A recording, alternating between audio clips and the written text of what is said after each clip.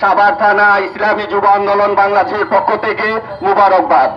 সর্বপ্রথম আমি যে ঘোষণা করছে ভারতের পানি আগ্রাসন, এটা আজকে শুধু পানি আগ্রাসনের দাবি, এটা ইসলামী আন্দোলনের দাবি না, চরমনায় বিশ্বাবুজের দাবি না, 18 কোটি বাঙালির দাবি।